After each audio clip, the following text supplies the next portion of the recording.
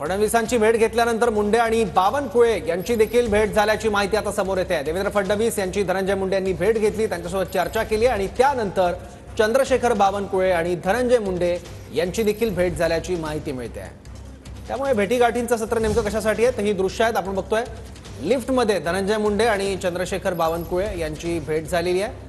मंगल प्रभात लोढा देखील यावेळी लिफ्टमध्ये आपल्याला दिसतात। धनंजय मुंडे आणि बावनकुळे यांनी एकाच लिफ्टमधून प्रवास केलेला आहे। मंगल प्रभात लोढा सुद्धा यावेळी आपल्याला दिसतात।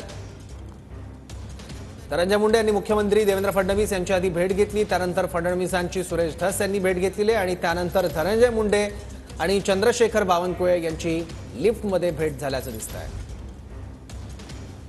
देवेंद्र फडणवीस यांची भेट घेतली धनंजय मुंडे यांनी। विधान परिषदेचं कामकाज संपल्यावर धनंजय मुंडे देवेंद्र फडणवीस यांची भेट घेण्यासाठी पोहोचले। फडणवीस म्हणजे मुख्यमंत्र्यांची त्यांनी भेट घेतली, त्यांच्यासोबत चर्चा केलेली आहे।